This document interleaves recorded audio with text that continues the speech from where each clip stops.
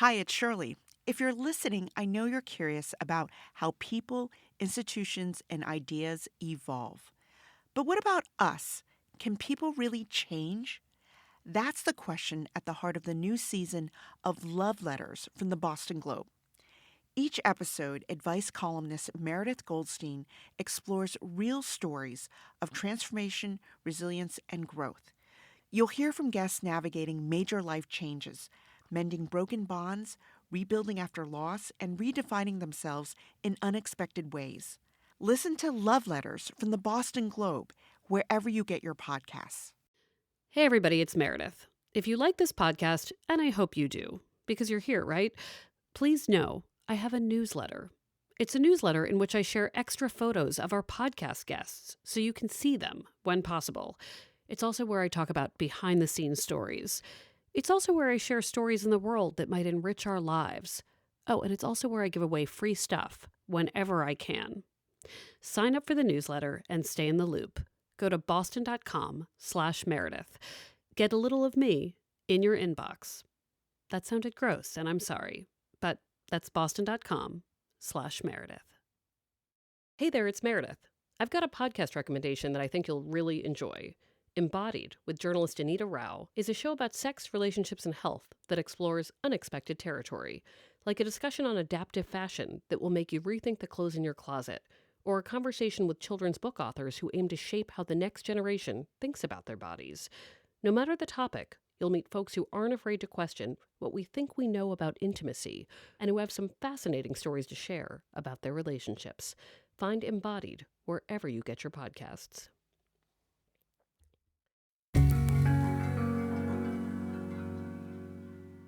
As my women friends and I get older, we seem to fall into two categories. One group is losing their hair. The other group, which I am in, is getting hairier. I swear, I'll have one friend who's putting Rogaine on her eyebrows to make them stay actual eyebrows. Meanwhile, I have so much hair all over my body that I could make a little eyebrow wig for my eyebrowless friend. This is happening, probably, because of perimenopause. I don't know when I first heard the word perimenopause, but once I knew it, I noticed it everywhere. Drew Barrymore would talk about it.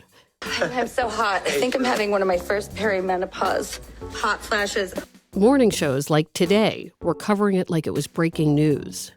Today is World Menopause Day, and the good news is it's no longer considered a taboo subject. Halle Berry talked about how she was once misdiagnosed as having herpes when she actually was in perimenopause. I had razor blades in my vagina after a great night of sex. Now Halle Berry is an advocate for talking about what it means. Because guess what? Perimenopause and menopause changes you, and it can be jarring. As we try to answer this question of, can people change, we must acknowledge that the answer is often yes, because our bodies are evolving with or without our consent, no matter who we are.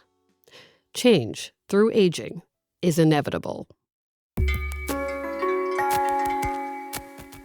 From the Boston Globe, this is Love Letters. I'm Meredith Goldstein.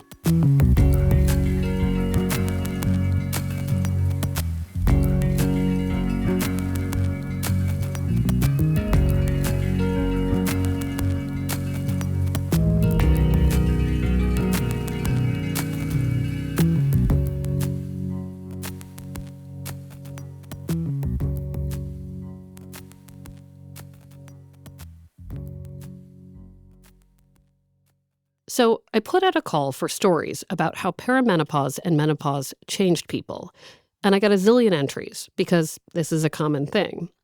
I chose a story I want to share with you about how a changing body can change who you are. But before we get there, I want to talk about what perimenopause is, because there's so much information about it, and yet not enough at all. So let's define it. I want to read to you from the Johns Hopkins website. That's a website I go to when I'm being neurotic about my health. Johns Hopkins says, perimenopause is the transitional time around menopause. Perimenopause is a natural process caused when your ovaries gradually stop working. Ovulation may become erratic and then stop. Basically, it's menopause before it goes full menopause. I chose today's story because it's not just about menopause and how it changes people. It's about how sometimes, long after we grow up and become an adult, we grow up again. With age, there's still room to improve, to be happier. Let me introduce you to a woman we're going to call Eileen. We're allowing her a pseudonym because she's going to talk about her vagina, and she has a teen son, and sometimes privacy is nice. My name is Eileen. I'm 57. I live in the Boston suburbs, and I work in the healthcare industry. Eileen was born in the Bronx and raised in New Jersey. I went to college in New Jersey, and while I was in college, I realized that I was lesbian. And I came out to myself probably right after college fully, and then came out to my family shortly thereafter. What were your first relationships like? So I had boyfriends in high school. I didn't understand why I wasn't all that into it. It did not rock my world. I had boyfriends in college as well. My first long-term relationship was with a woman, and that was when I was 22. Eileen was in a family where she could talk about things like sex. She had a household with pretty open communication. My mother was always very clear with me about my period, about sex, about even orgasms. She was very clear with me. In fact, in fourth grade, I passed around the book Forever to my classmates and got into some trouble with my teacher and with my mom. But what my mom had me do was she had me read the entire book out loud to her and stop at every time I didn't understand what it was. I should say here that Forever is by Judy Blume, known for epic young adult books like Are You There, God? It's Me, Margaret.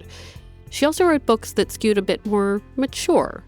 Forever was a book about two high school kids who have sex for the first time. It was not meant for fourth graders to read, obviously. It was more of, I think, a teen book at the time. I don't know what would have been appropriate, but certainly was not appropriate for an 8 or 9-year-old to read.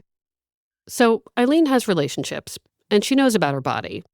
When she's 38, she's living in D.C. and meets someone she can see a future with. We met online in 2005, and it was very quickly a serious relationship. What was really interesting about being involved with my ex, getting involved with my ex, is that we realized very soon into our dating relationship that our fathers grew up on the same block in the Bronx. Now, this was kind of unbelievable to us because how could this possibly be? It was such a bizarre sort of confluence of events. But my father asked me what her name was, and I told him her father's name, and he says, I know him. And I said, Dad, don't be ridiculous. But it turned out they did know each other. I have a picture of them playing stickball on the street together. For me, in Yiddish, the word beshert comes up. Beshert means like it was meant to be. She asked me to marry her probably about 6 months after we met. At the time, gay marriage was not a thing. It was not legal. We did not get married legally till we moved to Massachusetts years later. Eileen and her wife both know they want kids. The process is complicated. We made a deal that both of us were going to try to get pregnant, but that if only one of us could get pregnant, there would only be one kid. And if both of us can get pregnant, there would be 2 kids. I tried for 8 times to get pregnant with alternative insemination. We had an anonymous donor. And the 8th try, I realized that was probably going to be it for me because I knew that she was going to want to do IVF. She was going to want to go much further than I was willing to go. I wasn't willing to do IVF. And so I figured, well, okay, this is sort of a cosmic sort of sense of the universe that she should get pregnant, and she did the second time she tried. Their son is born in 2009, and 2 years later, the family moves to Massachusetts. Up here, life gets more complicated. A thing that can change you, parenting. Probably before we even moved up here, I knew our relationship was in danger of failing. I think our co-parenting was very stress-filled for a number of reasons. I think we had a very hard time co-parenting and collaborating on what it meant to parent a child. And I think that it just got worse and worse. And so we went to counseling for probably 2 years and really didn't see much change in the way that we could relate to each other. And the therapist at the time said that we were both more interested in our kid than interested in each other, which of course was also a problem. At first, they want to stay together for the sake of the kid. But then Eileen is like, what would we be teaching him? We weren't treating each other very well. It was not loving. It was not kind. There was a lot of yelling. I did not feel that it was beneficial for my kid, nor me, honestly, for my own happiness and my own self-worth. So I asked for a divorce at that time. Eileen was about 48 when the marriage was ending. I am 47 now. So I know that not only was she going through the end of a marriage, she was probably at the start or in the middle of a body change. I want to get more into the minimal of that, but I also want to sort of mark the age here, which is that you would have been at a time that I am now in, which I consider the onboarding of perimenopause, or at least where I feel more comfortable calling everything perimenopause. So were you conscious of that at the time? I was conscious of the fact that I was older and that I was not as active as the other parents I saw, in terms of running after the kids, being much more active. And I'd started to have, some night sweats and stuff like that, and was saying, what is this? Why is this happening? I remember being on a plane once and being in the middle seat, and I said, and I had a hot flash. I'm like, I'm going to die. I'm going to die right here on this plane, because I was wearing a jacket and I couldn't get out of the jacket because these two people were sitting next to me, and I was like, the sweat is running down my face. So I remember that happening. For the record, I have never had a real hot flash. I've thought I've had a hot flash, but turns out it was just hot outside. This is the flip side of having a world where we actually talk about perimenopause. My Instagram algorithm sends me possible symptoms all the time, which means when I have a weird feeling, I think, oh my gosh, it's perimenopause. And then I'm like, oh wait, it could be COVID. And then I'm like, or is it anxiety? And maybe it's nothing at all. Please forgive the fact that whenever I talk to a woman who's actually on the other side of this, I treat them like wizards who can explain things and predict my future. I tell Eileen I need to know everything about hot flashes.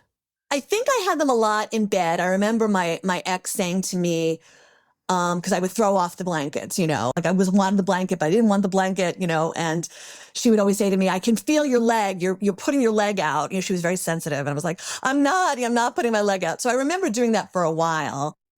To give you some perspective, Eileen is 57 during this interview. I am 47 right now.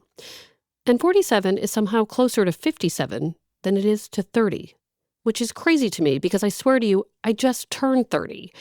That was the night I puked on the bathroom floor of a bar called Lucky's with all of my friends around.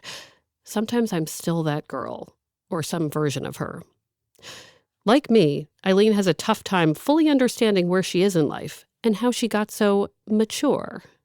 And I still think I am a little bit in denial about my age. I look chronologically, I do the math. I understand how old I am.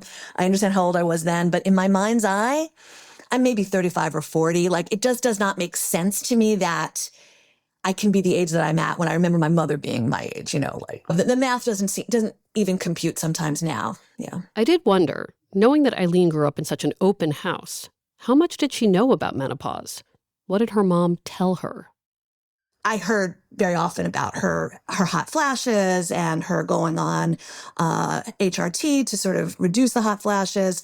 I did know that was something that was happening to her, that it was very unpleasant, and that she needed help from medical providers to get her through it. Eileen guesses she herself was done with menopause at 52. I had a friend come over once, and this is right after I stopped getting my period. And, I had a huge closet, as most of us do, have a huge closet full of all those products that we use every month. And I said, I think I'm done.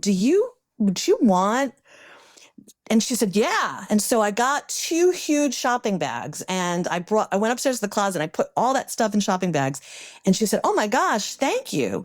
And when she walked to the car, I said, wow, that's weird. I'm never going to need those again, And I thought, well, what if I do? And I said, well, you can go buy some more. It's not a big deal, but I never did need them again. But I remember feeling a little sadness thinking about,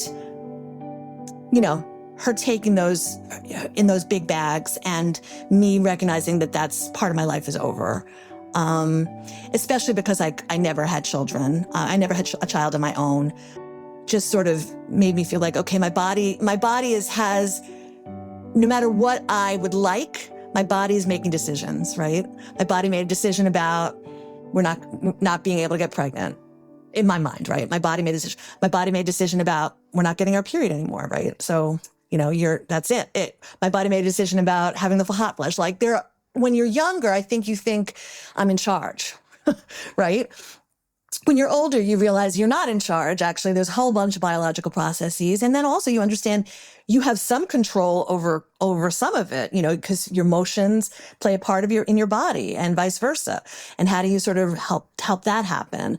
But I think it was only when I got to that perimenopause and menopause stage that I started to understand that there's greater plans that my body has that I didn't realize that it was in store. But as Eileen's body continues to change, so does her life and her priorities. She'll get into all of it after a break.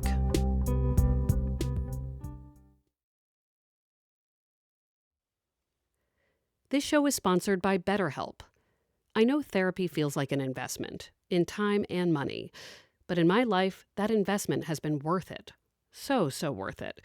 I've become a happier and more grateful person these days because of therapy. I figured out boundaries. I like myself more. I think therapy is probably why I can focus more on the things I love as I actually love them. For me, therapy isn't about life's worst moments. It's about my life, getting the most out of every day. This is where I can say that with over 30,000 therapists, BetterHelp is the world's largest online therapy platform, having served over 5 million people globally. It's convenient, too. You can join a session with a click of a button. Your well-being is worth it. Visit BetterHelp.com/loveletterspod today to get 10% off your first month. That's BetterHelp, HELP.com/loveletterspod. I wonder, do you think that we should all try to spend a little time thinking about a good prank that we could pull? I think it would be a good idea. In fact, if you turn around right now, you'll see that I'm in the studio. This Is Love is a podcast about people doing incredible things. Like a woman who moves across the country to work with her hero, Prince. A man on his way to dinner who finds a baby on a subway platform. An entire town in northern Italy that tries to stay quiet at the same time to protect a rare and beautiful sound. And in one of my favorite episodes, a man puts on enormous fake feet and makes tracks up and down the beach, fooling his neighbors for decades. It's the stuff that makes life worth living. I'm Phoebe Judge. Listen to new episodes of This Is Love wherever you get your podcasts. If you've been loving the new season of the award-winning Max series Hacks, you're going to love the new season of the official Hacks podcast. Hosts Bobby Finger and Lindsay Weber take you behind the scenes, talking to creators, cast, and crew, including Lucia Anello, Paul W. Downs, Jen Statsky, and Hannah Einbender, about how this Emmy-winning comedy comes to life. You'll hear behind-the-scenes stories, get a peek at the writer's room, and of course, dive deep into the always complicated relationship between Deborah and Ava. Watch Hacks, streaming exclusively on Max, and listen to the official Hacks podcasts on Max or wherever you get your podcasts. So back to the story of Eileen, a woman whose life changed as her body changed. Ever since her divorce, Eileen has been caught up in being a mom to her son and dealing with her changing reality, both emotional and physical. But she does want to be partnered. And while she's tried a few dating apps, nothing has really worked. I joined a lot of the internet dating services. I would go on a date maybe 2 or 3 times a year with somebody. I would converse with them online a little bit, maybe graduate to the phone, then have a dinner or two. And most of those encounters, when I got back in the car, I would just cry all the way home, and just say, I'm too old. This is never going to happen. I felt no connection with this person, or I felt such little connection with this person that I don't want to see them again, or vice versa. I felt a connection with that person, which was less frequently. And this person clearly had no interest in seeing me again. And what happened was I would get home and I would go to bed and I would just say, I'm never going to do that again. This is when Eileen's dad comes into the story, because sometimes parents and what they tell you change your perspective throughout your life. I'm in my 50s, I'm single, and I'm feeling pretty not entirely hopeful that my future is going to be partnered, even though I had that vision. But then she thinks about her dad. My dad met his girlfriend when he was 60, and they stayed together till the day he died when he was 90. And I thought, okay, if I don't meet someone by the time I'm 61, then I'm going to give up the ghost. But I am going to keep trying until I'm 60. Then I'll know that that's the time to give it up. And it's so fun to hear about this deadline because it just shows you how arbitrary it is, because so many women especially will say to me, by the time I'm 30, by the time I'm 40. And I love that you're like, actually, it's 60, that's the cutoff. And it just goes to show there probably is no cutoff at all. Right, exactly. But in having this motivation, you go back online, I assume after not being online for a bit. There is a service, which I won't tell you the name of, which is a national matchmaking service. They're expensive. And several years ago, I thought that I would maybe, try it out. So they called me up and they had an interview. And at the end of the interview, they say, okay, if you want to join us, it's going to be this much amount of money. And I said, no, thank you. And they said, do you want to still be on our list? No charge to you. And I'm like, sure, bye. And so I would hear from them every so often. And, they would say, do you still want to be on our list, etc. It's January of 2024. Eileen gets a call from the company and they say, we've got somebody for you. They said, we have somebody who meets your criteria. She's an older lady. She used the word lady, which of course is a very ridiculous word for me. But anyway, she's an older lady like yourself. And I'm like, shut up. And she's, she has this, she lives in North Carolina. And immediately when she said that, I said, there is no way I'm going to date somebody in North Carolina. My life is complicated enough. I have a kid, I have my job. I have my life up here in Massachusetts. But then I said to myself, you know what? What's the big deal? They're going to put me on a date with this woman online and see what it's like. Well, it was a wash. The woman was, the woman was extremely boring and I could not wait for the hour to be over. And that was the end of that. But it made me think okay, well, what's that? Why have I always made this thing that I could only date people, 2 hours away? What was that about? That was my sort of criteria. Okay, only 2 hours, and my father when he used to date, he would say, only one bridge. My father lived in the New York suburbs, and he would say, only one bridge for dates, not two bridges. So for me, I was like, okay, Dad said, no, not two bridges. So for me, any more than 2 hours is going to be too much. This was something Eileen could actually change about her mindset. Eileen says her brain starts to open up about the idea of dating someone more than 2 hours away. She gets on JDate, an app for people looking to date Jewish people, and she opens up the geographic range. Anyway, the first person who emails me or contacts me on this site is this person from Florida, this woman from Florida. And initially I was like, Florida? No thanks, right? I live in Massachusetts, for God's sake. But then I thought, I had just met that person, in North Carolina, and I thought, what's the big deal? Why don't you just converse with her? Let's call this woman Meryl. So Meryl and I, conversed for about a month. I knew what she looked like, because she had her pictures on the website. Of course, Googled her to make sure she was legitimate and that, her stories, checked out. And it was very immediate that we had a connection. But I was played my cards very close to my chest. I was totally I was very reserved. And I was somewhat suspicious because, again, Florida, I'm old. And I think this is kind of a stupid idea. I mean, even during the whole time, I'm like, this is stupid. This is ridiculous. I'm not going to continue doing this. Florida. Meryl is a lot of things Eileen would not have put on her list of wants. She rides a motorcycle. I was like, oh, that's ridiculous. I'm not going to date someone who rides a motorcycle. Like, no. And so I would go back to my therapist. I said, like, this is a deal breaker. She rides a motorcycle. And my therapist said, now, I don't know if that's really a good reason for you to stop. And I was like, oh, all right. So I kept like trying to put up these like, these sort of barriers. Like, it's never going to work because of this, or it's never going to work because of that, or this is silly. Several months go by. Eileen and Meryl are still talking.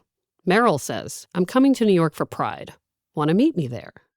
I said, well, let's see, if we're still conversing, a month from now, then yes. So I made the reservation for the train and I canceled it. I made a reservation for the train and I canceled it. And then I did the same thing with the hotel. I made a reservation for the hotel, I canceled it. But the weekend comes and Eileen goes to New York. I got on the train and there was a young woman sitting next to me and she had, her headphones in and the whole time on the train, my heart is racing. I'm thinking like, what am I doing? I can't believe I'm doing this. It's so stupid. Florida, motorcycle, ridiculous. I'm 57 years old.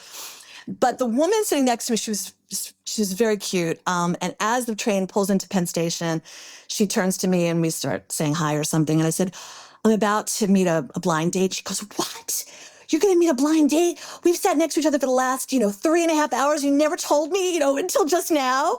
And she was so great. And I'm sure she's looking at me like, look at this old lady meeting somebody on a blind date, and she's a lesbian. Like, wow, look, like, isn't she cute in her old cute way, right? I just imagined her thinking this about me.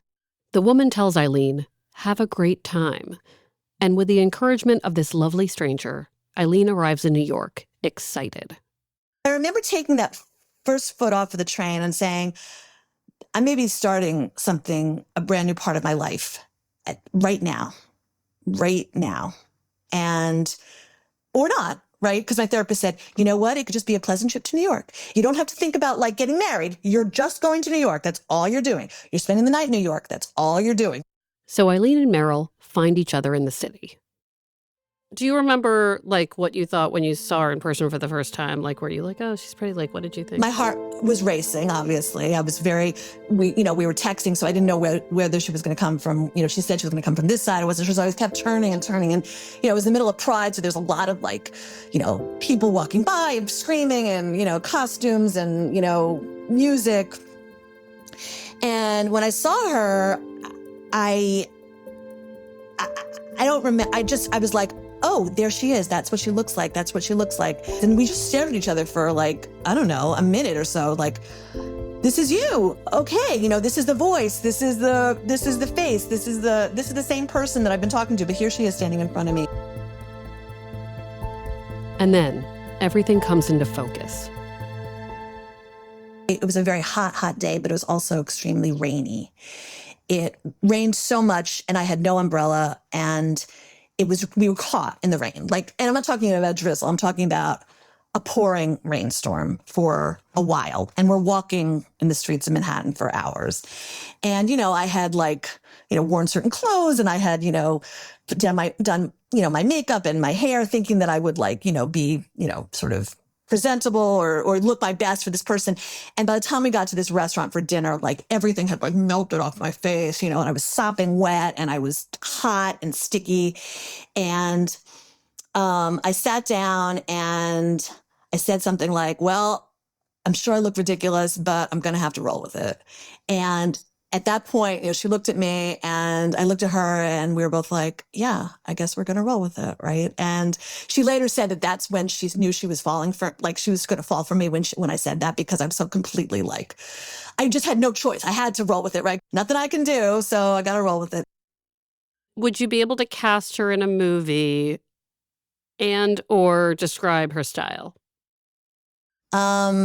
Well, she's a mix of smart and nerd with curly beautiful hair and wearing high tops and a tie-dye.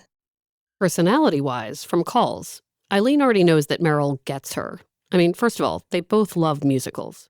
One of the first things I said to her on our first phone call was, can you sing 5 Broadway show tunes, 5 Broadway shows in the shower, uninterrupted, with no prompts? And she named her 5 and I named my 5. And there was, I think, 2 or 3 that were the same. So I kind of felt like, so she also appreciates musicals, but she's also like an intellectual and a news junkie and political person and sort of certainly a lefty progressive like myself. So there was a lot of stuff that we could connect with on that level. After the trip, things escalate quickly. So we left, her saying that she was going to come to Massachusetts in August. This is June. And on the train ride, I said, I can't wait to myself. I said, I can't wait till August to figure out where this is going. So I texted her and said, I'd like to come to Florida to visit in 2 weeks. And she said, wow, okay. And I didn't even know what I meant when I said it, when I typed it, but I knew that I needed more information. That trip to Florida, it was a very intense, beautiful, lovely weekend of a lot of connection. And we both recognized that we really wanted this to go somewhere and that this was not sort of a, casual, like, dating relationship.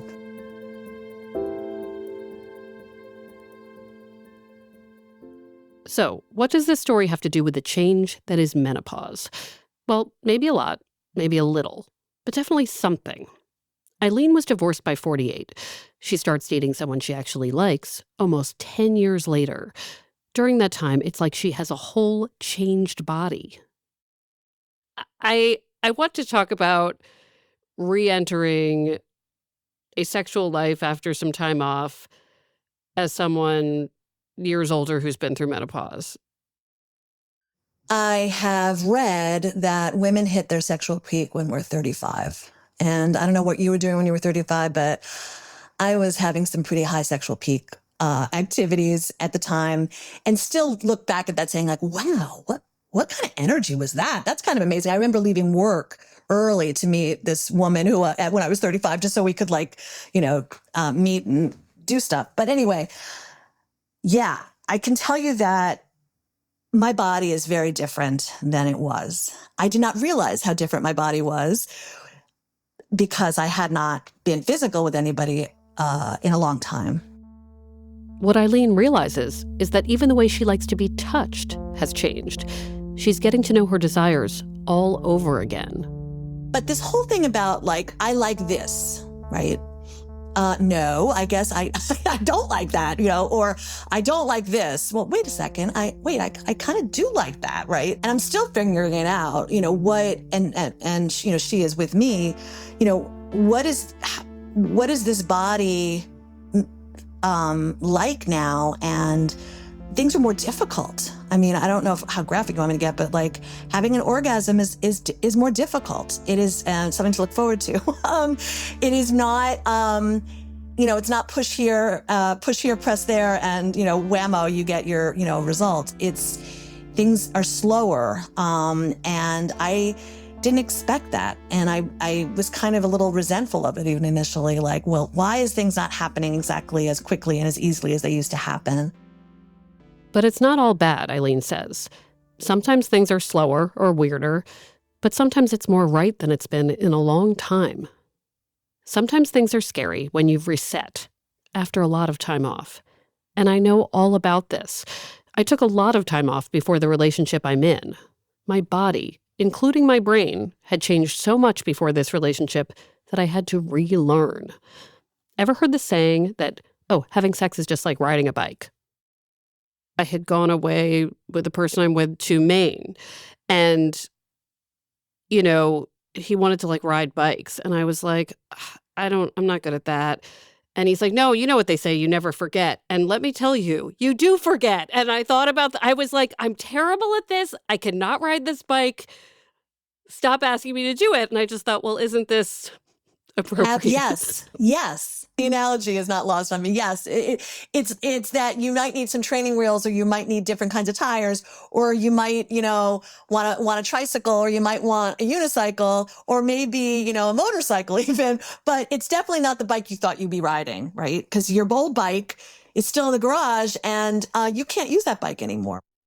I asked Eileen how menopause changed her priorities, like changed fundamentally what she wants as a human. And if so, if that's a good thing. Like, she's into Meryl, but would she have chosen Meryl if she were premenopausal? So it's such a good question, because I think, and she and I talked about this too, about could we have met when we were younger? Would that have even been possible? Not logistically possible, but if we had met when we were younger, would we have been into each other? And I think for both of us, the answer is no. I think having been in a long-term relationship and being divorced, you understand certain things that you cannot tolerate in a relationship that is intolerable for you, for me, and that things that you must have in a relationship that are not negotiable. And I'm not talking about, I'm not talking about superficial things. I'm talking about how you're treated, how you feel when you're with this person, the temperament of that person, the energy of that person, the curiosity of that person, and their life experiences, right? And also this idea of taking care of myself is paramount, and feeling good about myself when I'm with this person is paramount. So I don't know if those things would have been as important to me when I was younger. Certainly, starting a family, or, settling down, buying your first house, that kind of stuff. When you're older, it's like, okay, well, how do I want to live the last third of my life, right? Do I want to have adventure in my life? Do I want to have security in my life? Do I want to have someone who can hold me when I feel really down? Being with Meryl is bringing out parts of me that I think have long been dormant, or maybe I wasn't even aware that they weren't that important to me until she made me feel them. We talk about sex drive and a lower sex drive as some deficit, right? But I kind of like the idea that you mentioned leaving work early to sleep with someone. I'm like, oh my gosh, that sounds so like a lot of work, right? But I know that at like closer to that age, I would have been like, yeah, like, so there is something like clarifying also of that not being a priority that supersedes all other things. Yeah, I mean, let me say, this attraction I have for Meryl is physical as well. It's not like it's not important to me. And obviously I would not have been able to be with this person if I wasn't physically attracted to her, and, that we didn't have really good sexual energy together. But it is not the be all and end all. Although I have to tell you, at age 57, and you'll probably bleep this out also, we've had several weekends that, we didn't do much except stay in the house. And I never thought, that would ever happen to me again. I haven't done that since I'm in my 20s, right? And so that's really nice that can happen. Like, whoa, things still could happen. But you're right. It's not the same priority it was. It's not the same energy that you're bringing to it, or intensity, frankly.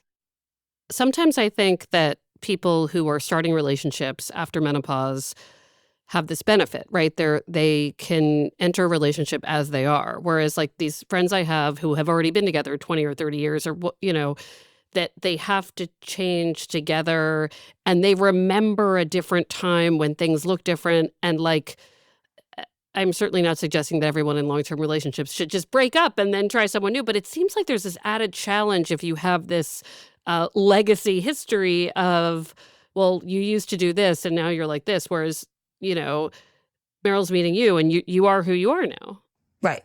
That's really interesting to say that, because I feel a lot less pressure of sort of, hair and makeup and dressing, right? I mean, I picked her up at the airport recently, like, in my PJs with, and I don't think, with nothing, I had done nothing to myself to make myself look any different than I usually look. And I thought there was a freedom in that, in the sense that, like, look, she's seen me like this anyway. Meryl and Eileen were still enjoying each other last we checked, and we'll let them have that relationship in private.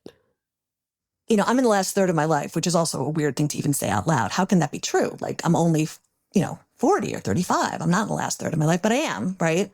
And so how do I want to live this last third? Eileen knows who to thank for all of these positive changes. I mean, to some extent, she can thank menopause.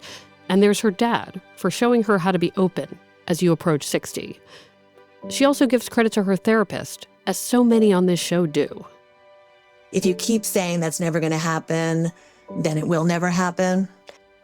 I'm thankful that someone pushed me in this way, right? And my therapist in this case, because I think I think it's very easy to get stuck in our ways, right? It's so easy for me to be the old lady, in the Boston suburbs walking her dogs down the street. Like, I remember, oh, there's that old lesbian with the dogs walking down the street. There she is again, and it's like, oh, please don't let that be my legacy. And think about my dad who met, his girlfriend, and she was with him, for a very beautiful part of his life.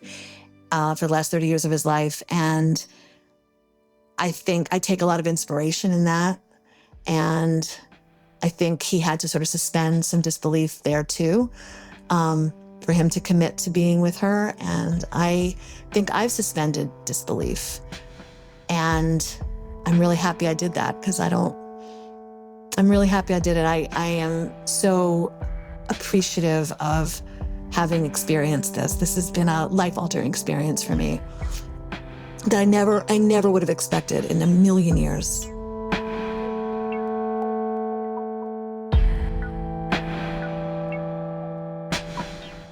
Love Letters is a production of the Boston Globe. Our producer is Christina Hanatu. Our executive producer is Kristen Nelson. Uzair Ahmed does our audio mixing and mastering. Sound design by Christine Ahanatu. Maddie Mortel is our audience engagement manager. Special thanks to Nancy Barnes and Linda Henry. Our music is from APM. Remember, Love Letters is also an advice column. Send any questions about dating, divorce, marriage, singlehood, whatever, to loveletters@boston.com. And if you like this show, please leave us a review. Learn more at loveletters.show. It's funny because now I'm extending the metaphor and saying, I did eventually figure out that bike, but now I want an electric bike. Or They didn't have that when we were younger either, right? I know, I look at those now, I'm like, hey, those look pretty good. Those look pretty good to me, yeah. I'm Meredith Goldstein. Thanks for listening.